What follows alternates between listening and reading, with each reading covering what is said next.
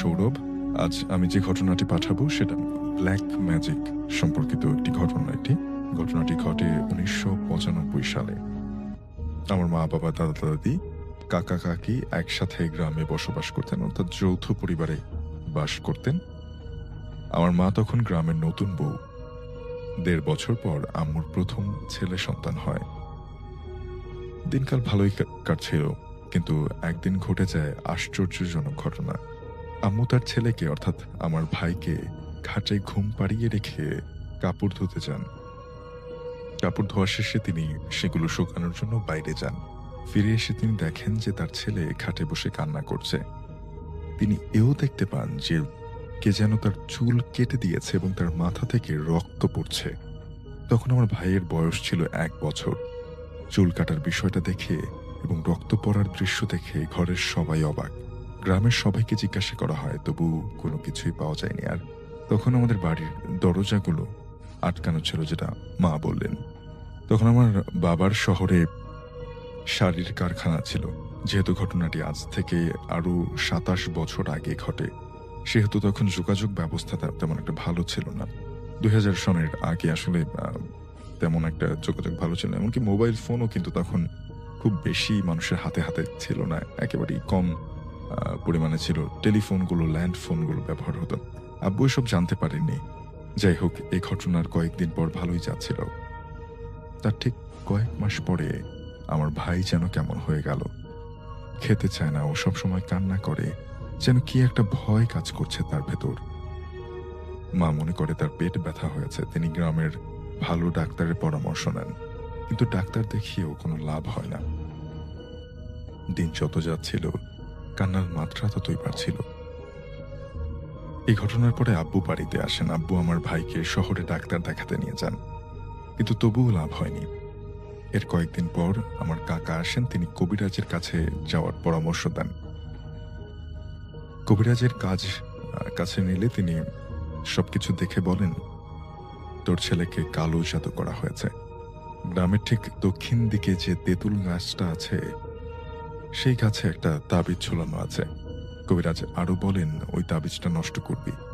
আর আম্মুকে বলেন, তুই ১৮ মাস নিজের বাড়িতে থাকবি। অন্যের বাড়িতে গেলে সেখানে ঘুমোতে পারবি না। তুই যদি ঘুমাস তাহলে খুব খারাপ হবে তোর ছেলের সাথে।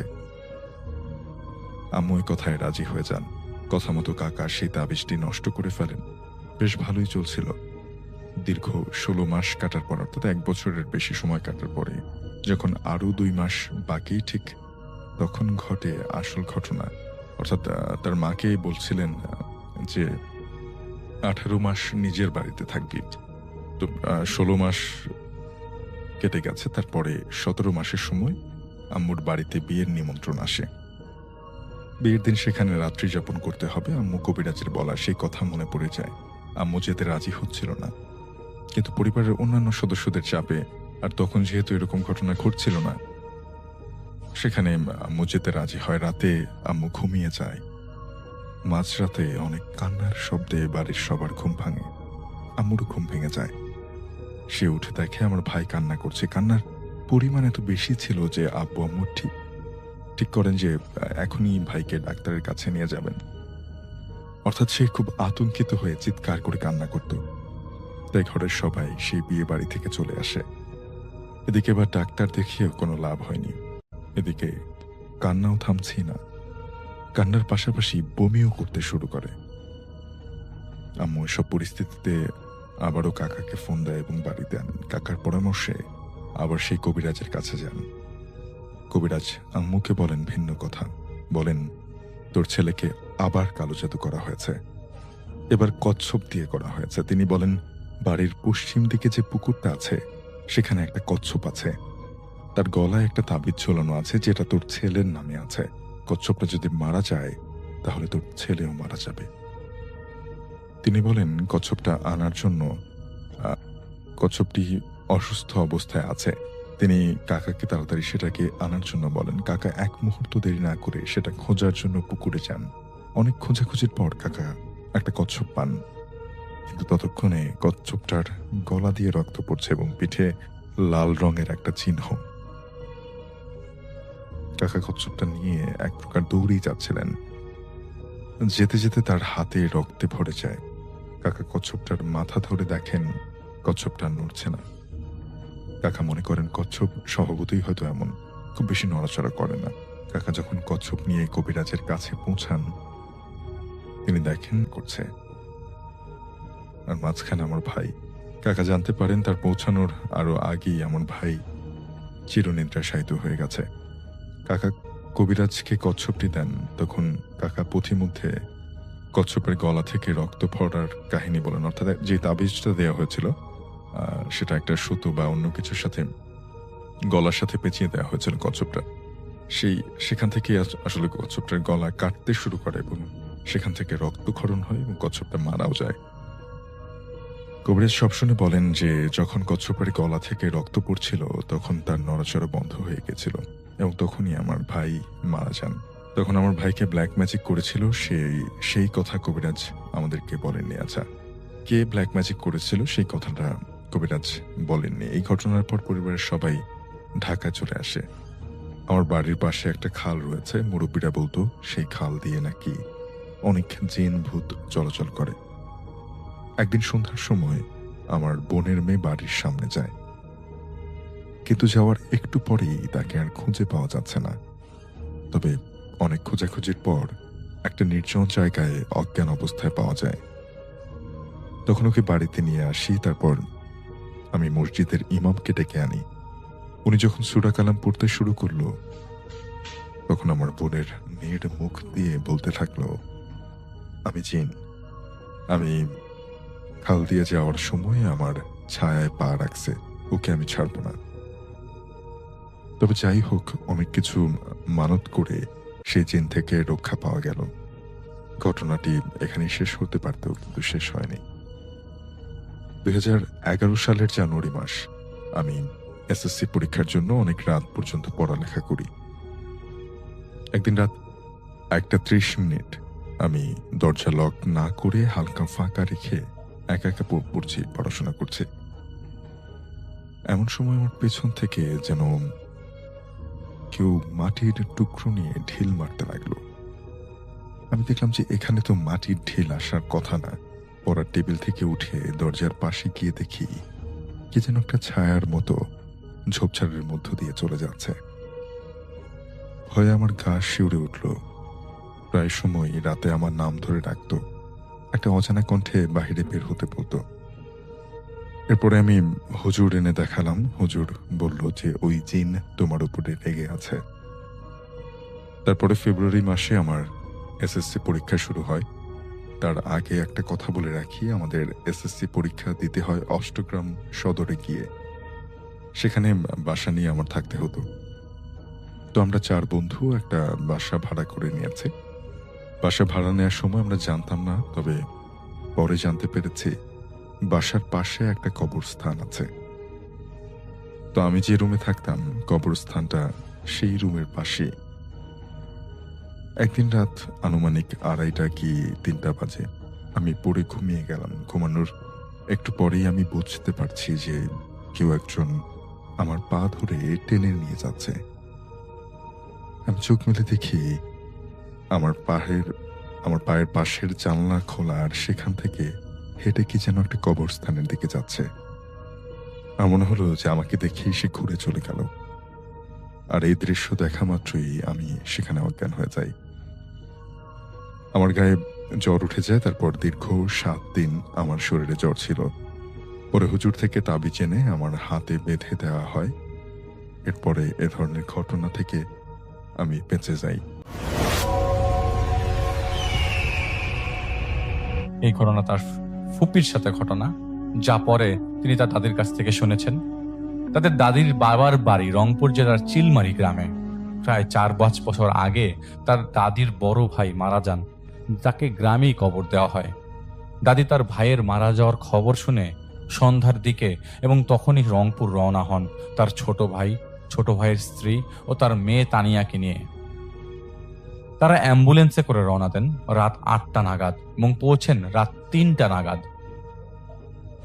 গ্রামে ঢোকার পথে রাস্তার পাশে একটা বেশ বড় বাঁশঝাড় পড়ে। সেখানকার স্থানীয়রা ঝাড়টিকে শকুনের আড়া বলে। এই বাঁশঝাড়টি অনেক পুরনো এবং সেখানে প্রায় 22টি জিনের আবাস। আর মাঝে মাঝেই নাকি ঝাড় থেকে লম্বা লম্বা বাঁশ রাস্তার উপর পড়ে থাকতে দেখা যায়। যারা বাঁশের উপর দিয়ে ডেয়ে যাওয়ার চেষ্টা করে তাদের মৃতদেহ বাঁশ ঝাড়ে ঝুলন্ত অবস্থায় প্রায় পাওয়া যায়। এক পা বাঁশের উপর দিয়ে অপর প্রান্তে নিতেই সেই বাঁশটি আপনা আপনি হ্যাচকা টান দিয়ে উপরে উঠে যায়। যার সাথে এসব ঘটে তার মৃত্যু নিশ্চিত। আর যারা বাঁশের মাথা পর্যন্ত হেঁটে না দিয়ে যেতে পারে, তারা বাঁশটি পার হওয়ার পর বিশালদেহী একটি গন্ডারের মতো জন্তু দেখতে পায়, যা পুরো রাস্তা দখল করে দাঁড়িয়ে থাকে। যারা সেই জন্তুটিকে তাড়ানোর চেষ্টা করে তারা পরে রক্তবমি করে মারা যায়। সেসব গ্রামের লোকজন বাঁশ না ডেওয়ে জন্তুটিকে দেখেও বেঁচে ফিরেছে। তারা ভোর পর্যন্ত বাঁশ আর জন্তুটির মাঝখানে দাঁড়িয়েছিল।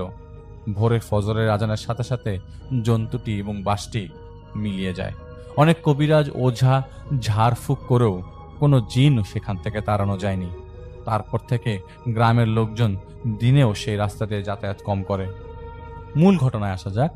দাদির বড় ভাই মারা যাবার পর দাফন করে 2 দিন পর রিলেটিভরা চলে যাওয়া শুরু করে।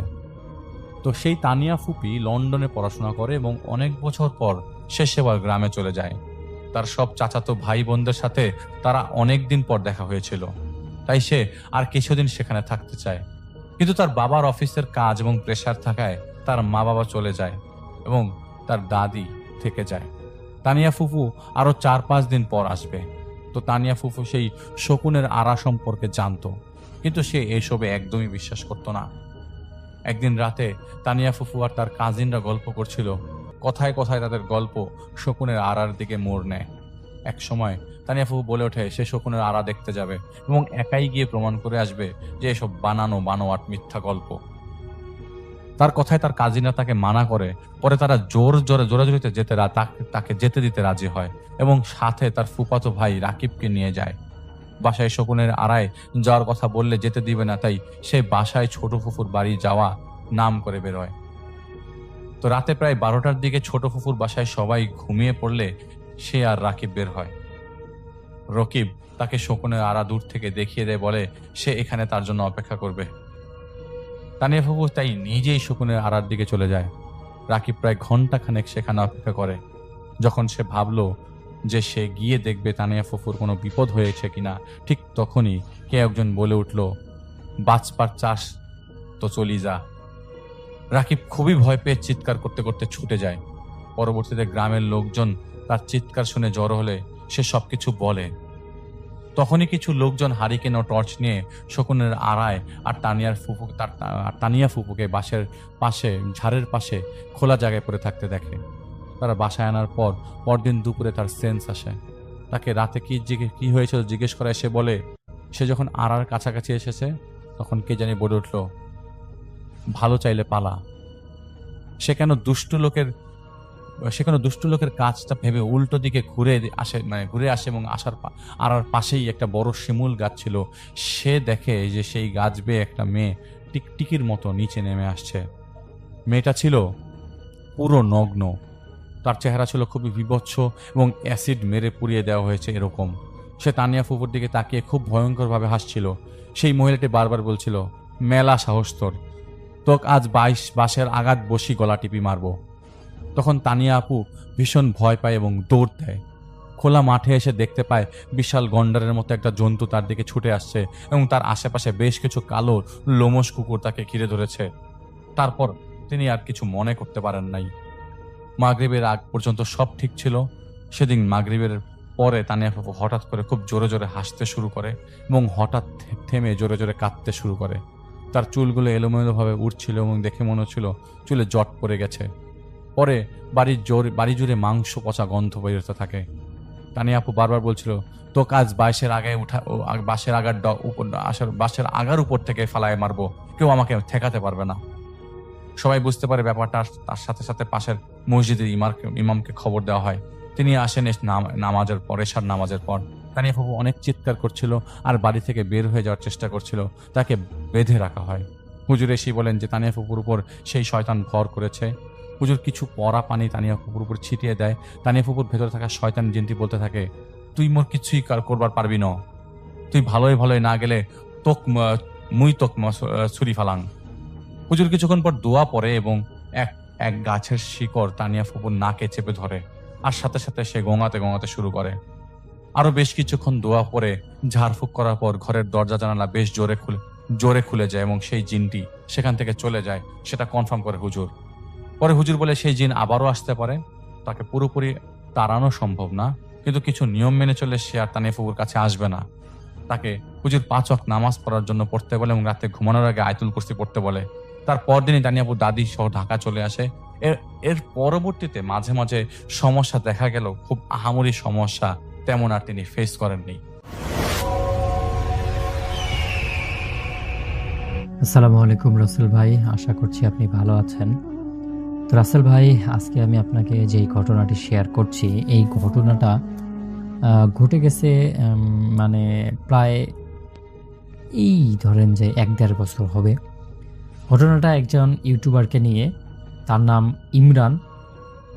সে আসলে একজন সাহসী ইউটিউবার। সে সবসময় ব্লগ ভিডিও বানাতো, আর ব্লগ ভিডিও বানাতে বানাতে সে একটা গ্রামের সন্ধান পায়। যেই গ্রামটা মানে এত বেশি ভয়ানক একটা গ্রাম, যেটা আপনি গল্পের মানে মধ্যেই শুনতে পারবেন। তো রাত তখন প্রায় 3টা বাজে, চারদিকে ঘন কুয়াশা। আর যেই গ্রামে এই ইমরান ইউটিউবার গিয়েছিল, সেই গ্রামের শেষ মাথায় একটা পুরনো টিনের বাড়ি ছিল, যেটাকে সবাই বলে হাজি বাড়ি। আর এই হাজি বাড়িতে গত 15 বছর ধরে খালি পড়ে আছে। মানে এত একটা নামকরা বাড়ি, কিন্তু এই বাড়িটার কোনো আত্মীয় স্বজন, কোনো মানে ওয়ারিশ নেই বলতেই চলে। কারণ ওই বাড়ির মালিক নাকি কালো জাদু করতে গিয়ে ভয়ানক কিছু ডেকে এনেছিল, এবং এই ভয়ানক জিনিসটাই পুরো বংশটাকে ধ্বংস করে দিয়েছে।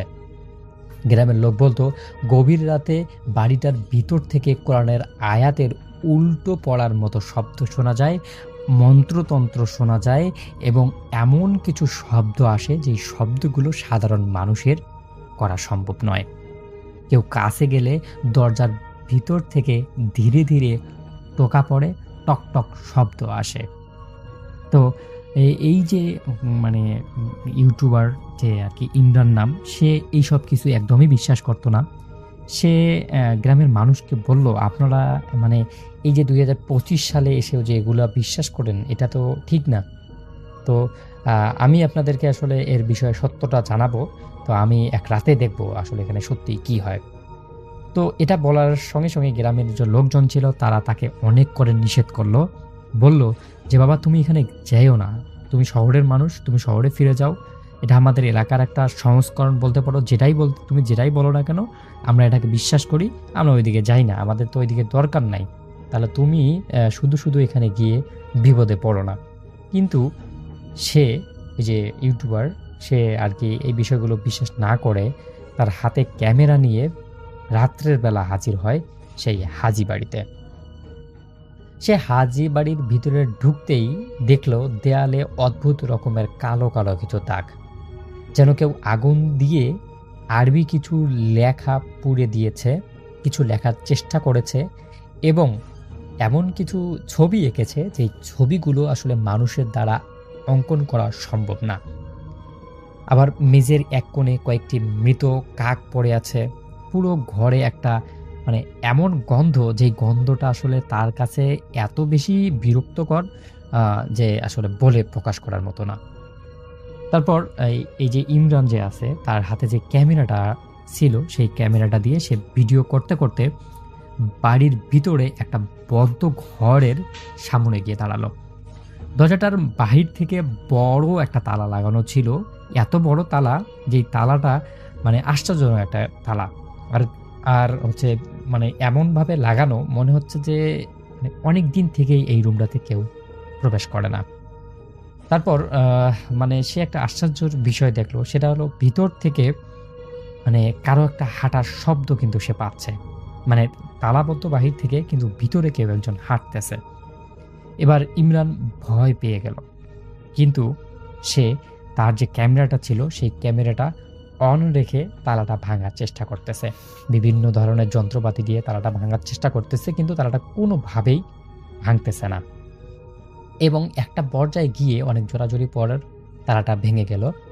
তারপর দরজা খোলার সঙ্গে, সঙ্গে দেখতে পারল যে মানে ওই ঘরের ভিতর থেকে এত বেশি ঠান্ডা, এত বেশি বরফ আসতেছে, মনে হচ্ছে যে ফ্রিজের মানে ডিপ ফ্রিজের দরজা খুললে মানে দরজাটা খুলে দিলে যেরকম একটা অনুভূতি হয়, এরকম একটা অনুভূতি আসতেছিল। ঘরের মাঝখানে একটা কালো কাপড়ের বিছানা ছিল, তার উপর অনেকগুলো পুতুল। প্রতিটা পুতুলের চোখ সেলাই করা, চুল দিয়ে বাঁধা, বুকের মধ্যে অনেকগুলো সুই সোঁচানো, পিঠে, তারপর বুকে, পেটে মানে বিভিন্ন পুতুল বিভিন্ন রকমের অঙ্গভঙ্গিতে রাখা আছে। আর দেয়ালের দিকে মুখ করে একজন বসে আছে। মানে এই একটা অন্ধকার ঘর, তার ভিতরে এইরকম একটা জিনিস, আবার সেখানে একজন মানুষ। মানে এটা দেখে ইমরানের একদম মাথা পুরা একদম গেছে। তো ইমরান যখন ভিতরে ঢুকলো, তার কিছুক্ষণ পরে দেখলো যেই লোকটা ওখানে বসেছিল সেই লোকটা ধীরে ধীরে মাথা ঘুরালো। মাথা ঘুরার সঙ্গে সঙ্গে ইমরান দেখে একটা চিৎকার করে উঠল।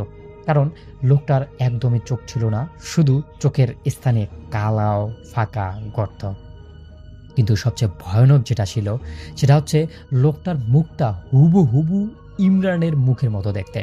ইমরান ঠিক যেরকমটা ওই লোকটাও সেরকমই, কিন্তু শুধুমাত্র পার্থক্য এতটুকুই, ইমরানের চোখ দেখতেছে ইমরান সব কিছু, কিন্তু ওই যে লোকটা ছিল সেই লোকটার চোখ নেই। হঠাৎ করে ক্যামেরার স্ক্রিন নিজের থেকেই ঝাপসা হয়ে গেল, কোনো কিছুই রেকর্ড করতে পারতেছে না ইমরান। তারপর স্ক্রিনে লেখা দেখা গেল, ইমরান এখনো দরজার বাহিরে দাঁড়িয়ে আছে। মানে ইমরান এটা কিছু বুঝতেই পারতেছে না, মানে যে জিনিসটা ঘরের ভিতরে ঢুকেছে সেটা আসলে ইমরান না, সেটা তাহলে কে? এই সব কিছু মানে এলোমেলো লাগছে তার কাছে। তারপর সে বলল, আপনি কে? আপনি এখানে কি করছেন? লোকটা কোনো উত্তর দিল না। ইমরান হাতে থাকা টর্চ লাইট সেই লোকটার দিকে জ্বালালো। তারপর লোকটা বলল, আমি ইমরান, আমি তোমার প্রতিচ্ছবি, তুমি এখন তোমার ভিতরে নেই। এই সমস্ত কিছু যখন বলতেছিল, ইমরান এটা শুনে একদম পুরো চিৎকার করে সেই বাড়ি থেকে দৌড়ে বাইরে আসতে চাইল, কিন্তু কোনো কিছু একটার সাথে ধাক্কা লেগে ইমরান সেখানেই পড়ে যায়। এবং তারপর থেকে ইমরানের কোনো কিছু মনে নেই। এখন গ্রামের লোকজন তো গত রাত মানে গত দিনে তারা শুনেছে এই ছেলেটা এতে যাবে, কি বলে হাজিবাড়িতে যাবে। তখন তারা আর কি কয়েকজন সাহসী, এলাকার কিছু থাকে না সাহসী লোক, তারা এই ইমরানের খোঁজ করার জন্য হাজিবাড়ির ভিতরে ঢুকে দেখলো যে ইমরান সেখানে অজ্ঞান অবস্থায় পড়ে আছে। ইমরানকে জাগানো হলো। ইমরান উত্তর দিল গত রাতে তার সঙ্গে কি কি হয়েছিল, কিন্তু তারা সেখানে কোনো মানুষ পেল না, মানুষের কোনো অস্তিত্বই সেখানে তারা খুঁজে পেল না। এবং শুধুমাত্র দেখতে পারল ওখানে কালো একটা দরজা, কালো বিছানা, অনেকগুলো পুতুল এবং বিভিন্ন রকমের লাশের কাফন। এই সব কিছু দেখে সবাই বেশ খানিকটা আতঙ্ক হয়ে গেল, এই বাড়িটার ভিতর থেকে এতদিন কি চলতেছিল তাহলে। এই সব কিছু দেখে সবাই সিদ্ধান্ত নিল যে এই হাজি বাড়িটাকে তারা ধ্বংস করে ফেলবে।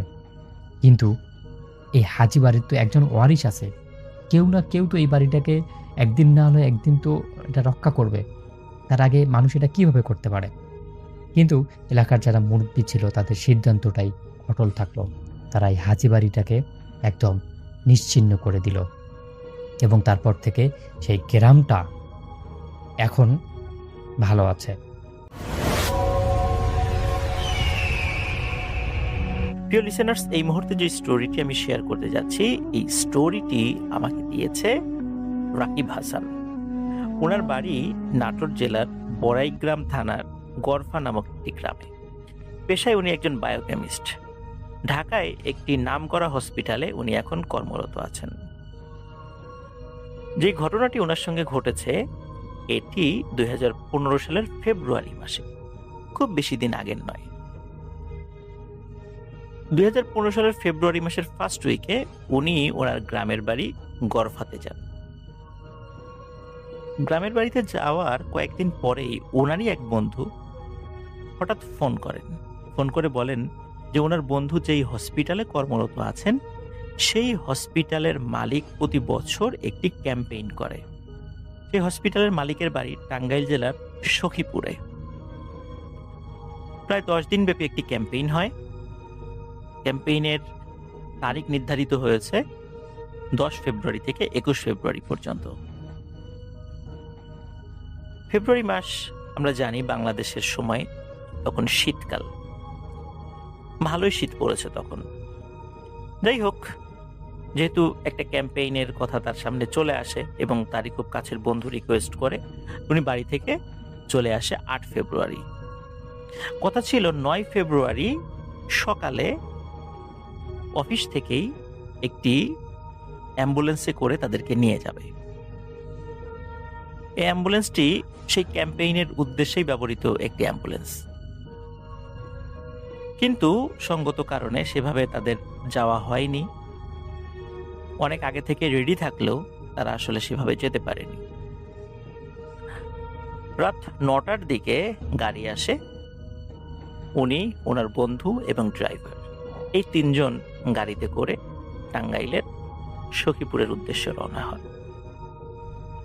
গন্তব্যস্থানে যেতে যেতে তাদের রাত প্রায় 11:30 বেজে যায়। একটি বাড়িতে তাদের থাকার ব্যবস্থা করা হয়। বেশ কিছু নির্জন জায়গা পার হয়ে চারদিকে বড় বড় গাছে ঘেরা একটি নির্জন জায়গায় তাদেরকে নিয়ে আসা হয়। প্রায় 60 বিঘা জায়গার উপর চারদিকে গাছপালা ঘেরা, শুধু গাছপালা না, বড় বড় গাছপালায় ঘেরা একটি বাড়িতে তারা আসেন। বাড়িটি দোতলা। উপরতলায় দরজা জানালা থাকলেও থাকার কোনো রুম নেই, রয়েছে নিচতলায়। নিচতলাতে ঢুকেই তারা দেখতে পান ওই গ্রাউন্ড ফ্লোরের মাঝ বরাবর একটি বৈঠকখানা, এবং ওই বৈঠকখানা থেকে সমান দূরত্বে একই রকম, একই সাইজের, একই রকম দেখতে, একই ডেকোরেশনের 4টি রুম। প্রত্যেকটি রুমের সাথেই ব্যালকনি রয়েছে। রুমের ব্যালকনির পাশে রয়েছে ওয়াশরুম, একদম রুমের মধ্যে না, ব্যালকনির পাশে রয়েছে ওয়াশরুম। প্রত্যেকটি রুমের মধ্যে পর্যাপ্ত লাইট এবং একটি করে ফ্যান রয়েছে। এমন একটি রুম তাদের 2 জনের জন্য বরাদ্দ করা হয়। দীর্ঘ পথ পাড়ি দিয়ে তারা খুবই ক্লান্ত ছিল। ওই বাড়ির কেয়ারটেকারের নাম মিনহাজ। মিনহাজ ওই বাড়িতে থাকে না, সে তার ওয়াইফ এবং বাচ্চা কাচ্চা সহ ওই বাড়ির সাথেই লাগোয়া একটি টিনের ঘর করেছে, সেখানে থাকে। ওই বাড়ির আশেপাশে তেমন কোনো ঘর বাড়ি নেই, আছে তবে বেশ দূরে দূরে। খুব জোরে চিৎকার করলে হয়তোবা সেই বাড়ি থেকে বা দূরের বাড়িগুলো থেকে শোনা যেতে পারে, কিন্তু একদম কাছ থেকে কেউ ওই বাড়িতে ঘটে যাওয়া কোনো শব্দ শুনবে না। রাতের খাওয়া দাওয়া শেষ করে ক্লান্ত শরীরে ওনারা শুয়ে পড়েন। ওই দিন শীত ভালোই পড়েছে, আর রাতে শীতের প্রকোপটা আরো বেড়ে গিয়েছিল। তারা 2 জন ক্লান্ত শরীরে লেপ মুড়ি দিয়ে শুয়ে পড়েন। রাত 2:30 কি 3টা, হঠাৎ রাকিব হাসান ভাইয়ের প্রচন্ড শীত অনুভূত হয়। তিনি চিন্তা করছেন কি ব্যাপার, হঠাৎ এত রাত্রে এত শীত কেন অনুভূত হচ্ছে। উনি লেপ ওনার মাথার উপর থেকে সরিয়ে দেখেন যে রুমের একটি লাইট এবং একটি ফ্যান ফুল স্পিডে চলছে। উনি অবাক হন, এত রাত্রে, তাও আবার এই শীতে, লাইটিকে জ্বালালো আবার ফ্যানকে চালালো। তো উনি উঠে বসেন। উনি খেয়াল করেন ওনার যে বেড রয়েছে সেই বেড থেকে আরেকটু দূরে যে আরেকটি বেড ছিল, যেই বেডে তার বন্ধু ঘুমিয়েছিল, সেও উঠে বসেছে। উঠে বসে বলছে, রাকিব, এই শীতকালে এত রাত্রে ফ্যানটা যে চালালি, এটা কি মশকরা করার সময়? তখন রাকিব বলছে যে আমি ফ্যান চালাই, আমি কি ফ্যান চালাইলাম, তুই চালাইবি। তখন তার বন্ধু বলে, আমি চালাবো কেন? তখন রাকিব বলে, আমি কেন চালাবো। 2 জন তর্কাতর্কি শুরু করে দেয়।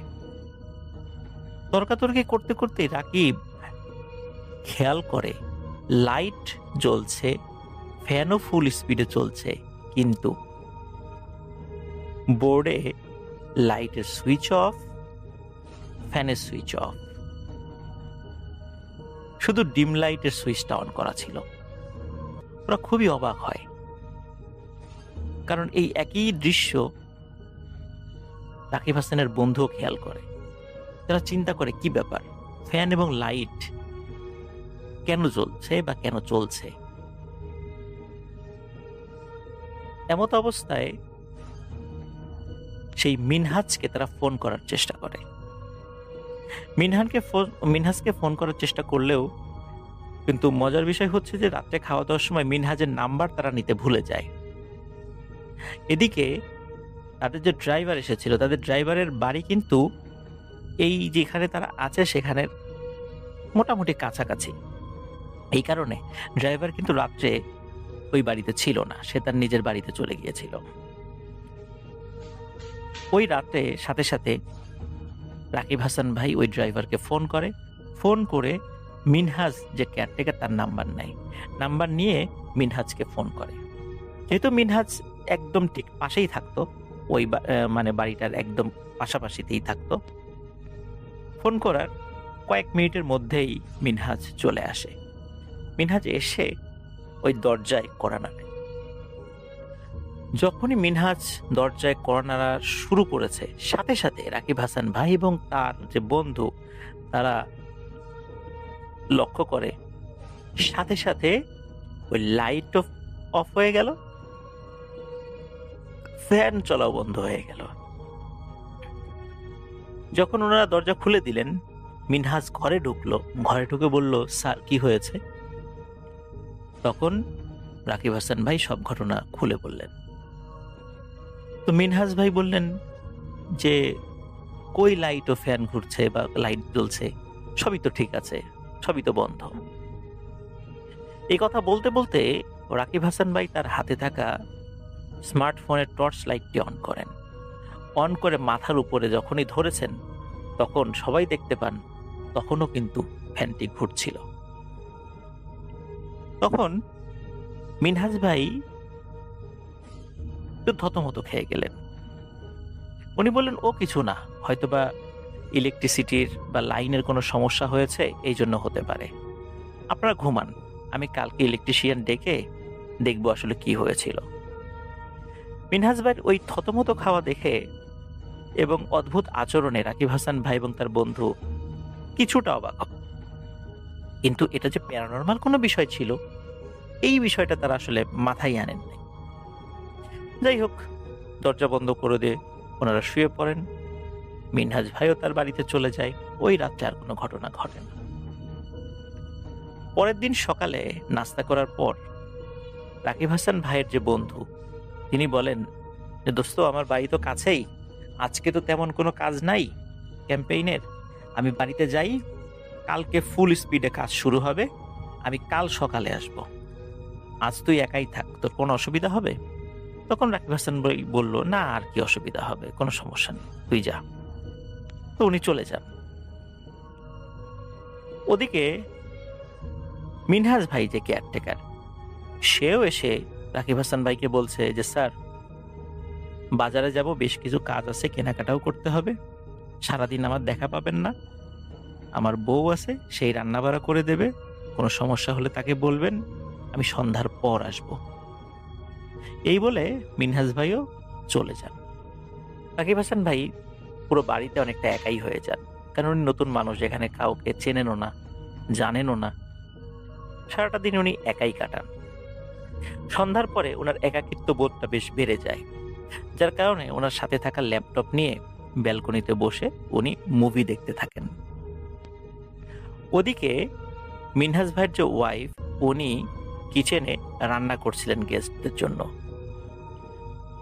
তো ব্যালকনিতে বসে মুভি যখন দেখছিলেন, হঠাৎ রাকিব হাসান ভাইয়ের মনে হলো তার খুব কাছাকাছি, কিন্তু ঘরের বাইরে শুকনো পাতার মর্মর শব্দ।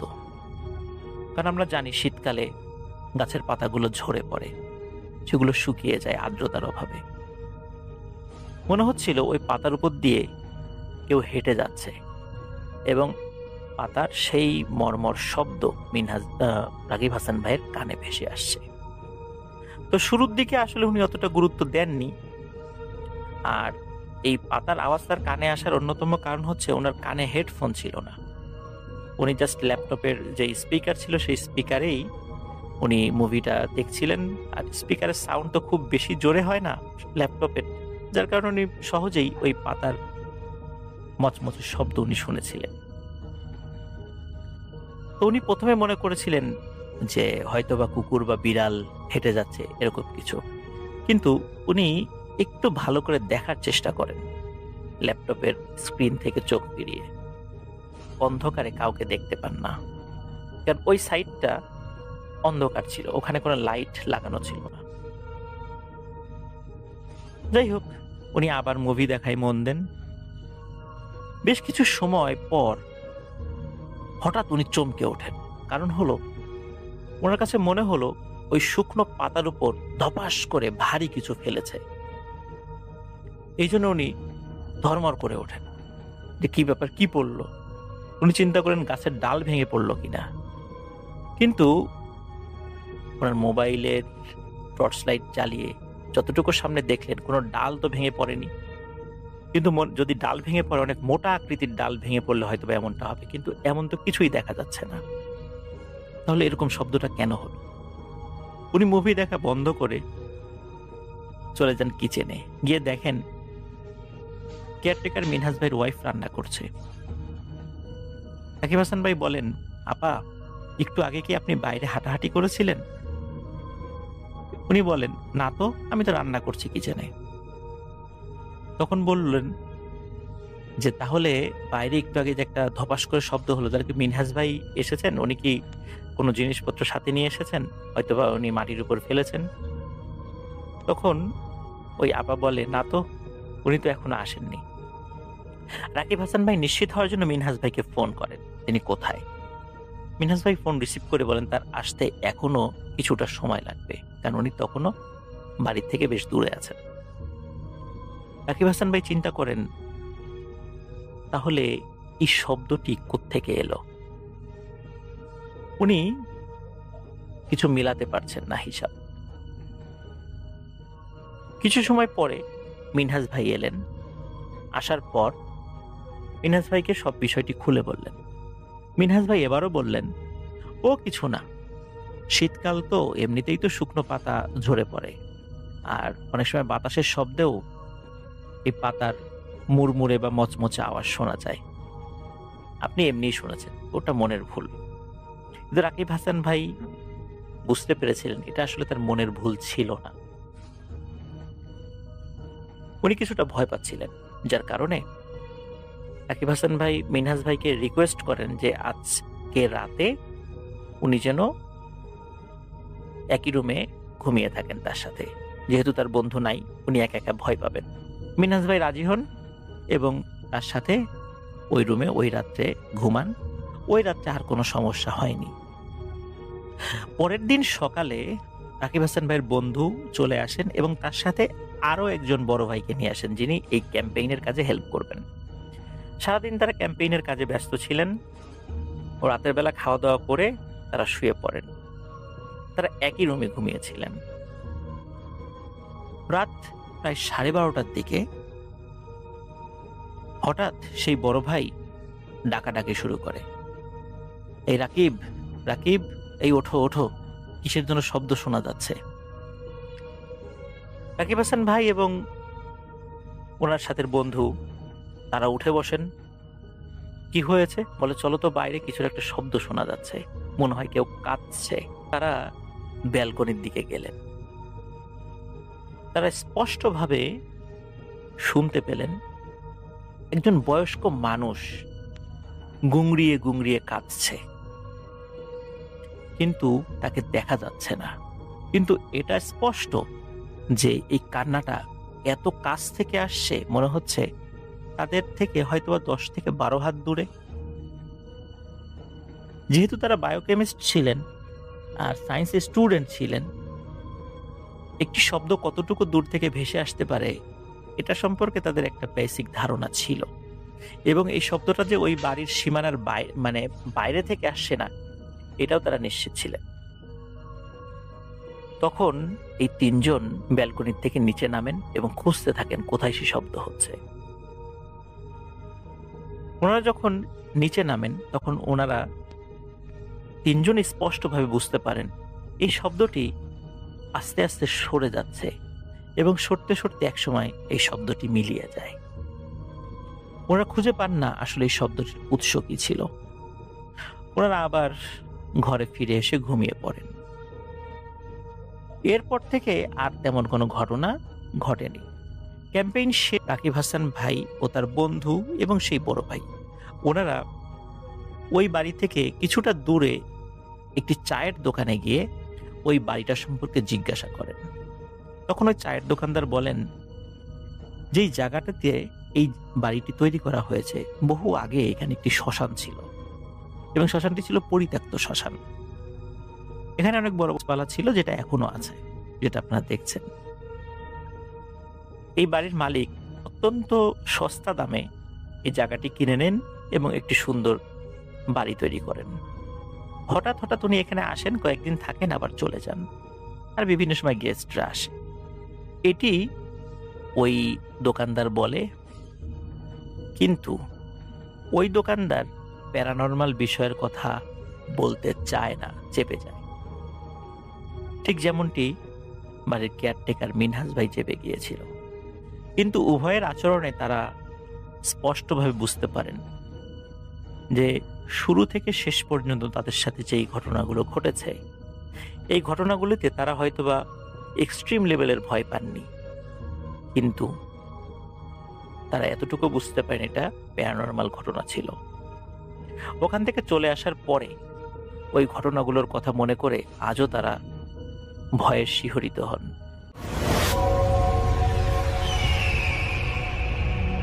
আমি আমার সাথে ঘটে যাওয়া কিছু ঘটনা শেয়ার করতে চাই, যেগুলো একদম সত্যি ও বাস্তব। আশা করি আপনি ঘটনাগুলো পড়ে শোনাবেন। আমার ঘুমানোর রুমটা আলাদা, আমি ভয় পাই না একা ঘুমাতে।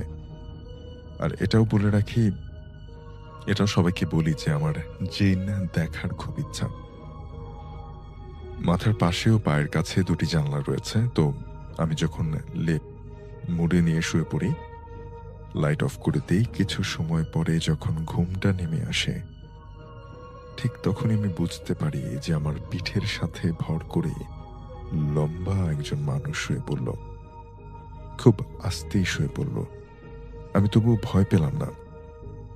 একটু পর লেপের নিচেই আমি ফোনের টর্চটা জেলে বের করে দেখলাম যে না, কিছু নেই। এরকম কয়েকদিন হলো আমার সাথে। আস্তে আস্তে আমার ভয় করা শুরু করলো।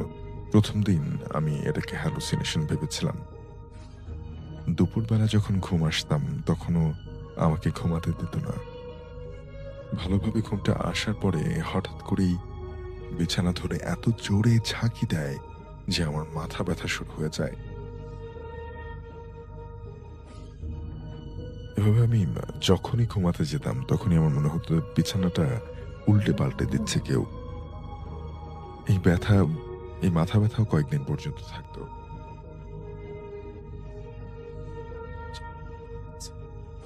বালিশ ঘেঁষে কিছু একটা বসলো, আস্তে করে পাটাও তুলে নিল। খুব বেশি ভয় পেয়ে আমি লাফ দিয়ে উঠে লাইট অন করে দিলাম, কিন্তু লাইট অন করার পরে আমি কিছুই দেখতে পেলাম না। এভাবে চলতে থাকলো অনেকদিন। অর্থাৎ তিনি ঘুমাতে যাওয়ার সময় বিভিন্ন অভিজ্ঞতার সম্মুখীন হতেন। কখন তার মনে হতো তার বিছানাটা কাছ দিয়ে কেউ একজন বসলো। হঠাৎ একদিন দেখলাম আমার জানালার পাশ দিয়ে কে যেন হেঁটে যাচ্ছে। স্পষ্ট তার মাথা দেখলাম আমি, তবে তার মুখটা আমার দিকে ঘোরানো না থাকায় চেহারাটা দেখতে পারলাম না। পরক্ষণেই আমি সবাইকে ডেকে খোঁজাখুঁজি শুরু করলাম, কিন্তু কেউ নেই। এভাবেও আমি 2 দিন দেখলাম। আবার একদিন দরজাটা খোলা, জানলাটাও খোলা। ঠিক মাগরিবের আজান হচ্ছে এমন একটা সময় দরজা থেকে জানলাটা দেখা যায়, এমন একটা ঘর আমার। তো আমি দরজায় পা রাখতেই বুঝতে পারলাম যে একটা কালো ছায়া আমার দরজার ওপার থেকে জানলার ওই দিক দিয়ে মিলিয়ে গেল। আমার আর সাহস হয়নি ঘরে ঢোকার। আমি ফিরে আসি, সবাইকে বললাম এবং খুবই চিন্তিত হচ্ছিলাম যে কেন আমার সাথেই এমন হচ্ছে। সেটার এখনো কোনো সমাধান আমি পাইনি। আশা করব আপনি আমার এই বাস্তব অভিজ্ঞতার কথা শেয়ার করবেন।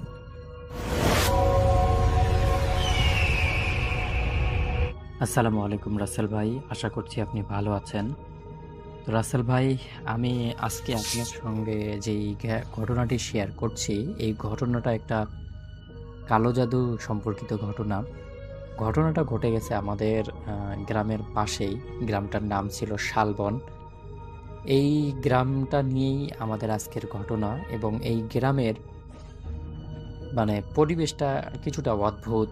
সন্ধ্যার পর মানুষ দরজা জানালা বন্ধ করে দিত, কারণ এই গ্রামেই থাকতো একজন অনেক বয়স্ক, অভিজ্ঞ, বহু বছর আগের একজন কালো জাদুকরক। লোকটার নাম ছিল হাশেম কবিরাজ। যদিও তিনি মানে বলেন যে তিনি আসলে এরকম কোনো কালো জাদু টাদু করেন না, কিন্তু অনেক ক্ষেত্রেই তার যে কালো জাদুর প্রমাণ মানুষের কাছে মিলেছে। লোকজন বলতো সে মানুষের ক্ষতি করার জন্য গভীর রাতে কবরস্থান থেকে মাটি এনে মন্ত্রতন্ত্র করে, বিভিন্ন খারাপ লোকেদের কথা শুনে মানুষের ক্ষতি করে। তার ঘরের পিছনে ছিল একটা শুকনো কুয়া, এমন একটা কুয়া যেই কুয়াটা থেকে আগে মানুষ পানি খেত, কিন্তু সেই কুয়াটায় এখন যেন একটা ভুতুড়ে কুয়ায় পরিণত হয়েছে। এই কুয়াটা মানে মানুষের অনেক স্মৃতি সেখানে জড়িয়ে আছে, কিন্তু এই কুয়াতে এখন মাঝরাতে ফিস ফিস করে কোনো কিছুর শব্দ শোনা যায়। হঠাৎ করে কোনো শব্দ আসে, এমন এমন শব্দ আসে যেই শব্দগুলো মনে হয় বহু বছর ধরে সেখানে আটকা পড়ে আছে অনেক মানুষ। এক বর্ষার রাতে গ্রামের একজন শক্তিশালী মানুষ, যে কিনা মানে মনে করতো যে ওই যে হাশেম কবিরাজ আছে, সেই কবিরাজ সত্যিই একজন ভালো মানুষ, সে এরকম কোনো কিছু করে না। এবং তার বাড়ির পিছনে যেই কুয়াটা আছে সেই কুয়াটা মানুষের ব্যবহার উপযোগী। কিন্তু তার বন্ধুরা সবাই বলে এবং এলাকার মানুষ সবাই তাকে এটা বোঝানোর চেষ্টা করে যে এরকম কিছুই না সেই কুয়াটা, এবং হাশেম কবিরাজ সত্যিই অনেক ডেঞ্জারাস একটা লোক। যাই হোক, সেই রাশেদ অনেক মানে সাহস করে শুরু করলেন তার অভিযান। কিভাবে এই যে মানুষের মনে হাশেম কবিরাজ এবং কুয়োটা নিয়ে এত বেশি মানে কোলাহল হচ্ছে, এত বেশি এই যে ভয়ানক ভয়ানক ঘটনা ঘটে গেছে বা রটেছে, এই যে সেই সবগুলো জিনিস তিনি মিটিয়ে দিতে চাচ্ছিলেন। তো তিনি করলেন কি, এই যে হাশেম কবিরাজ আছে তার বাড়ির দিকে রওনা দিলেন। তার বাড়িতে সে মানে দেখবে যে আসলে এই হাশেম কবিরাজটা আসলে করেটাকে। তারপর এক রাতে এই রাশেদ তার যে বন্ধু ছিল, একজন বন্ধু আছে তার খুব কাছের একটা বন্ধু, সেই বন্ধু মিলে চলে যায় সেই হাশেম কবিরাজের বাড়িতে। বাড়ির দরজাটা অনেক আগেই ভেঙে গিয়েছিল, কারণ হাশেম কবিরাজ সারাদিন এই সব কিছুর মধ্যে থেকে বাড়ি ঠিক করার কোনো সময়ই পেত না, এমন কথাই বলতো এলাকার মানুষ। রাশেদ এবং রাশেদের বন্ধু ভিতরে ঢুকতেই একটা পচা বিশ্রী গন্ধ তাদের নাকের মধ্যে এলো।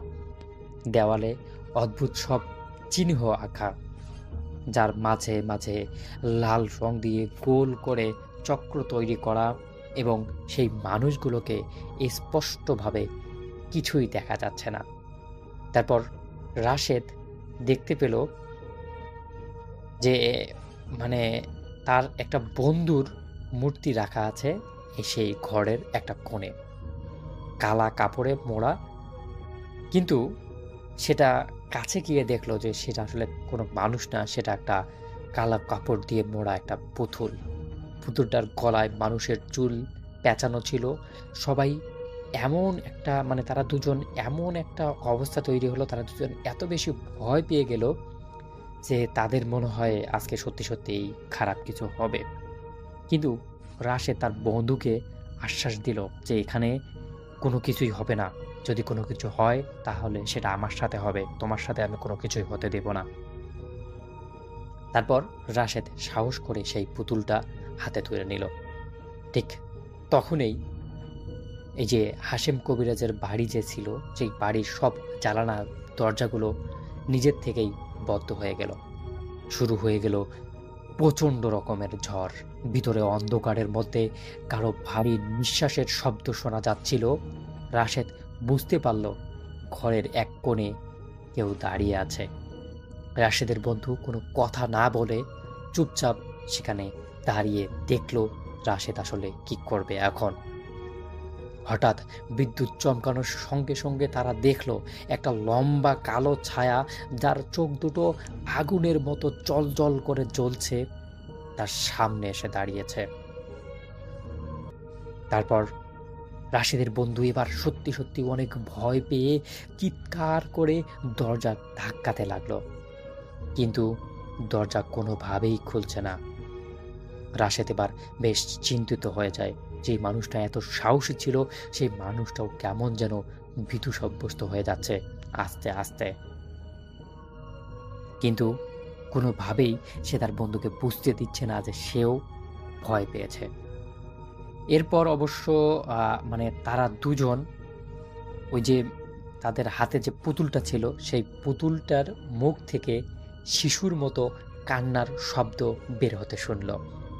রাশেদ এবার ভয় পেয়ে পুতুলটাকে মাটিতে ছুঁড়ে ফেলতেই ঘরের মেঝেতে লাল চক্র আঁকা একটা চলতে শুরু করলো, আর সেই কালো ছায়াটা ধীরে ধীরে তাদের দিকে এগিয়ে আসতে লাগলো। এবার রাশেদ আর রাশেদের বন্ধু কি করবে কোনো কিছুই বুঝতে পারছে না, কিন্তু সেখানে হাশেম কবিরাজ একদমই অনুপস্থিত। তাকে কোথাও তারা খুঁজে পাচ্ছে না। যখন এই যে কালো দৈত্যর মতো অবয়বটা তাদের দিকে আস্তে আস্তে এগিয়ে আসছে, তারা মনে হচ্ছে পুরো পৃথিবীটা যেন তাদের দিকে এগিয়ে আসতেছে। এরপর হঠাৎ করেই সেখানে হাশেম কবিরাজ কোথা থেকে উপস্থিত হলো সেটা তারা দুজন এখনো বলতে পারে না। হাশেম কবিরাজ সব কিছু শান্ত করে ফেলল। এরপর রাশেদ হাশেম কবিরাজকে জব্দ করল, তুমি এটা কি করছো এখানে? তোমাকে এলাকার মানুষ কেন এত ভয় পায়? কিন্তু হাশেম কবিরাজের মুখ থেকে কোনো কথাই শোনা গেল না। তারপর হাশেম কবিরাজ তার পকেট থেকে কিছু একটা বের করে রাশেদ এবং রাশেদের দিকে ছুঁড়ে মারল।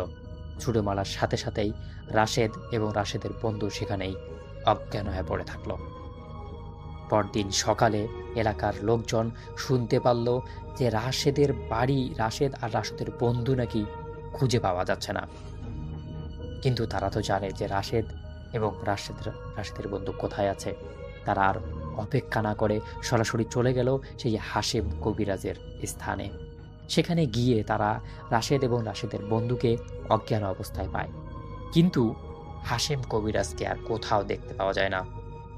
সবাই দেখতে পারে মাটির মধ্যে বিভিন্ন রকমের বিভৎস রকমের ছবি আঁকা, বিভিন্ন পুতুলের গলায়, মুখে, বুকে, সারা শরীরে অসংখ্য সুই দিয়ে ফোড়ানো। তার ঘরের দেওয়ালে অসংখ্য ছবি আঁকা। তার যে শোয়ার বিছানাটা ছিল সেটাই শুধুমাত্র একটু ভালো ছিল, বাকি সব জায়গায় সে বিভিন্ন রকমের মন্ত্রতন্ত্র লিখে রেখেছে, বিভিন্ন রকমের ছবি এঁকে রেখেছে। অনেক কঙ্কালও সেখানে পাওয়া যায়, বেশ কয়েকটা লাশের কাপড়ও সেখানে দেখা মেলে সবার সামনে। তারপর এলাকার প্রত্যেকটা জায়গায় তন্ন তন্ন করে খোঁজা হয়, কিন্তু কোথাও আর সেই হাশেম কবিরাজকে খুঁজে পাওয়া যায় না। এরপর এলাকার মুরব্বীরা সবাই মিলে সেই হাশেম কবিরাজের বাড়িটাকে একদম দুমড়ে মুচড়ে ভেঙে ফেলে দেয়। একদম সেখানটায় সুন্দর পরিষ্কার ক্লিন করে রাখে এবং তার সামনের যেই কুয়োটা ছিল, শুকনো কুয়ো, সেই কুয়োটাকে মাটি দিয়ে একদম চিরতরে ভরাট করে দেয়। তারপর সেখানে একটা এলাকার মানুষের উদ্যোগে একটা ছোট বাজার তৈরি হয়। আশেপাশে মানুষ বাড়ি করা শুরু করে এবং এই ঘটনাটা আজ থেকে প্রায় 10 বছর আগের, তারও বেশি হবে, 10-15 বছর আগের আর কি। তো এখন সেখানে গেলে আর কি এটা কখনোই কেউ বিশ্বাস করতে পারবে না যে এখানে এরকম একটা ভয়ানক জিনিস হয়েছে। তো রাসেল ভাই, এটাই ছিল মূলত ঘটনা। কিন্তু মানে এই যে কালো জাদুর ইফেক্টেড যে অনেকেই হয়েছে, সেই ঘটনাগুলো আমি আপনাকে হয়তো সামনের কোনো অডিও ক্লিপে এপিসোডে আমি আপনাকে জানাবো। এবার আজকে আমার সাথে মানে আজকে যে স্টোরিটা শেয়ার করব, এটা আমার নিজের সাথে ঘটে যাওয়া একটি বিষয় এবং ঘটনাটি খুব বেশি দিন আগের না, এক বছর দেড়েক হলো। বাবু ভাই, আমার বাসা কিন্তু রাজবাড়ী জেলায়। তো অনেকেই জানেন যে আমি রাজবাড়ির সন্তান। তো ঢাকাতে থাকা হয়। তো আমি যখন নর্মালি বাসায় যাই, তখন এখানকার কাজ সেরে আমি সাধারণত ওই রাতের যেই বাসটা আছে, গাবতলী বাস স্টেশন থেকে আমি ওই রাতের বাসে সাধারণত আমি যাওয়া আসা করি। তো একদিন মানে ওরকমভাবেই আমি রাতের বাসে যাচ্ছিলাম। তো ওই দিন কোনো কারণে একটু বেশি দেরি হয়ে যায়, কারণ গাবতলী থেকে যখন বাস ছাড়ে তখন সেটা পাটুরিয়া ঘাটে আসে, তখন ফেরি পার হতে হয়, তারপরে রাজবাড়ী জেলা। ওই দিন ফেরি ঘাটে আবার একটু বেশি জ্যাম ছিল, যদিও ওই সময়টাতে ফেরি ঘাটে জ্যাম থাকার কথা ছিল না, কারণ ঘাট ক্লিয়ার ছিল, কিন্তু ওই দিন জ্যাম ছিল। যখন আমার একটু ফেরি পার হতে দেরি হয়ে যায় এবং বাসায় মানে রাজবাড়ী মানে শহরে ঢুকতে ঢুকতে বেশ অনেক রাতই হয়ে যায়। তো আমি মানে আমার বাসা রাজবাড়ী শহর থেকে খুব বেশি দূরে না, যদি মেইন শহরে নেমে তবে হেঁটে যেতে হয়তো 15-20 মিনিট লাগে, 20 মিনিট লাগে আর কি। তো যেহেতু রিক্সা পেলাম না, তো আমি হাঁটা শুরু করলাম আর কি, যে বাসায় হেঁটেই চলে যাই, যেহেতু একদম শহরের মূল শহরে আমার বাসা। তো হেঁটে যাচ্ছি, যেতে যেতে ঠিক আমার বাসা থেকে হয়তো বা কোয়ার্টার কিলো দূরে। তো ওই রাস্তাটা একটু নির্জন, যদিও ভালো পাকা রাস্তা, বাট একটু নির্জন আর কি। আমি যখন ঠিক ওই রাস্তায় প্রবেশ করার সাথে সাথে দেখি রাস্তার উপরে একটা বড় একটা কালো বিড়াল শুয়ে আছে। তো আমি চিন্তা করলাম যে ওই কিছু একটা হইতে পারে, কিন্তু কালো বিড়াল এগুলোর গল্প আসলে এত শুনেছি, এত বলেছি, যে এগুলো দেখলেও না অতটা মানে ভয় লাগে নাই। তো আমি যে কাজটা করলাম, প্রথমে সামনে দাঁড়িয়ে থাকলাম, কিছুক্ষণ একটু দোয়া করলাম, দেখলাম কালো বিড়াল এমনি হেঁটে চলে গেল, যা কাপড় বিদেয় হয়েছে। হ্যাঁ, আমি হাঁটা শুরু করলাম, কিন্তু যে ফিলিংস যেটা আসলো হঠাৎ করে, তো ওই যাওয়ার পথে টানা অনেকগুলো নারকেল গাছ আছে। ওই সময় ছিল প্রচন্ড গরম, মানে কোথাও মানে মানে বাতাস নেই, কোনো বাতাস নাই, মানে প্রচন্ড গরম, মানে মাঝে মাঝে যে জুন জুলাইতে যে গরমটা পড়ে আর কি, প্রচন্ড গরম ছিল, কোথাও বাতাস নেই। হঠাৎ করে আমি মানে ফিল করলাম যে আমি ঠিক যে নারকেল গাছটার কাছে চলে আসছি ইমিডিয়েট। ওই নারকেল গাছে না হঠাৎ করে জোরে একটা বাতাস এসে লাগলো, এবং নারকেল গাছের পাতাগুলো মনে হচ্ছে যে খুব বাতাসে আন্দোলিত হচ্ছে। আমি খুব ভালো করে নারকেল গাছের উপর দিকে তাকালাম, কিছু দেখতে পেলাম না, কিন্তু দেখলাম যে কোনো গাছে, আশেপাশে যত গাছ আছে কোনো গাছের পাতা নড়ছে না, কিন্তু ওই গাছটাতে মনে হচ্ছে খুব বাতাসে, মানে বেশ একটা দমকা বাতাস লেগে মানে সারাক্ষণ পাতা নড়ছেই। তখন আমি চিন্তা করলাম যে হইতেও পারে, হয়তো বা কোনো বাতাস লাগতে পারে। তো আমি আবার আরেকটু সামনের দিকে আগালাম। এবার বাবু ভাই খেয়াল করলাম আর একটা ঘটনা, দেখি আমি ঠিক ইমিডিয়েট যে কাছের যে নারকেল গাছটা কাছে আসছি, এবার ওই নারকেল গাছের পাতা নড়ছে, এবং পিছন দিকে তাকিয়ে দেখি তার আগের নারকেল গাছটা। এটা বলে রাখি যে অন্ধকারে বুঝলাম কিভাবে, কারণ ওই রাস্তাগুলো তো পৌরসভার লাইট আছে, তো যার কারণে মূল শহর তো লাইট আছে, ওই লাইটের আলোতে বোঝা যাচ্ছে সবকিছুই। আর রাস্তা কিন্তু অন্ধকার না, রাস্তা একদম মানে আলোকিত। রাত তখন প্রায় 2:30-3টা বাজে প্রায়। তখন আমি খেয়াল করলাম ঠিক আগের গাছ যেটা আমি পাতা নড়া দেখছিলাম বাতাসে, দেখলাম যে না, ওই গাছের পাতা নড়া থেমে গেছে। এবার এই যে ঠিক আমি যেই গাছটার পাশে এসে দাঁড়িয়েছি, ওই গাছের পাতা খুব ওই যে ঠিক আগেরটার মতো নড়ছে, এবং দেখলাম যে অনেক সময় দেখা যাচ্ছে যে নারকেল গাছে অনেক মানে দেখা যাচ্ছে ছোট ছোট ওই যে ডাব যখন অনেক ছোট থাকে, একদম ছোট কেবল শুরু হয় কুড়ির মতো, একদম ছোট ডাব, ওরকম কিছু ডাব ঠাস ঠাস করে পড়ছে। তখন কিন্তু আমার একটু ভয় লাগে, একটু না বেশ ভালোই ভয় লাগে আসলে, কারণ একা তো রাস্তায় কেউ নাই। তখন আমি আল্লাহর নাম নিয়ে দোয়া করতে করতে সামনের দিকে আগাতে শুরু করলাম। বাবু ভাই, আমি যখনই ঠিক যেই গাছটার কাছে, এখন শুধু নারকেল গাছ না, আমি যখন যেই গাছটার কাছে আছি, রাস্তার এখন দুই পাশেই যে গাছগুলো আছে, ঠিক যেই গাছটার পাশে ওই গাছটা নড়তে থাকে, ওই গাছের পাতা নড়তে থাকে। তো আমি এভাবে আগাচ্ছি, তো একটা পর্যায়ে মনে হলো আমার পা চলছে না, আমার পাটা না মানে খুব মানে হয়ে যাচ্ছে, মানে জমে আসছে, যে মনে হচ্ছে যে প্রচন্ড শীতকালে যখন মানে পা বরফের মতো হয়ে যায় আর পা আগাতে চায় না, ঠিক ওরকম একটা অবস্থা। তখন আমি চিন্তা করলাম যে আমি এখন বাসায় যেতে পারবো তো, বাসা খুব কাছেই ছিল, বাসা যেতে পারবো তো। তারপরেও আমি আয়াতুল কুরসি সূরা ইয়াসিন পড়ছিলাম, পড়ে কোনো মতো আগাচ্ছিলাম, এবং ওই ঘটনা কিন্তু ঘটছিল।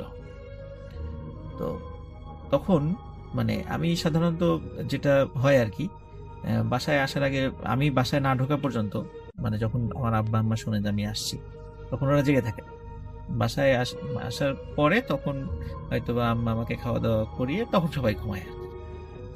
তখন আমার মানে হঠাৎ করে দেখি দূরে কোনো একজন লোক দাঁড়িয়ে আছে। তখন আমি ভয় পাই যে হয়তো বা এটা কোনো প্যারানর্মাল কিছু, তখন একটু ভয় পাই আমি। তখন হঠাৎ করে দেখি যে ওনার হাতে কিছু জ্বলছে। তখন আরেকটু খেয়াল করলাম ওনার হাতে কোনো মোবাইলের আলো জ্বলছে, দেখলাম যে কিছু একটা ট্রাই করতেছে কারো ফোন দেওয়ার জন্য। তখন আমি অনেকটা দূর থেকে শনাক্ত করেছি উনি আসলে অন্য কেউ না, উনি আমার বাবা। এবং দূর থেকে আমাকে বলছে, এই মোবাইল বন্ধ কেন? আসলে আমার মোবাইল তো বন্ধ না, ফুল নেটওয়ার্ক আছে, কিন্তু কিছুতেই আমাকে কল ঢোকাতে পারছেন না উনি। এই জন্য উনি যখন দেখছেন যে কি ব্যাপার, ও বাস থেকে নামার সময় ফোন দিল যে আমি আসছি, তো কিন্তু মোবাইলে পাচ্ছি না। এই জন্য আমার আম্মা করেছে কি, আমার আব্বাকে রাস্তায় পাঠিয়ে দিচ্ছে যে যাও একটু ওকে রিসিভ করে নিয়ে আসো, কোথায় আবার কোনো সমস্যা হলো কিনা, বা একটু করে আগায় নিয়ে আসো আর কি।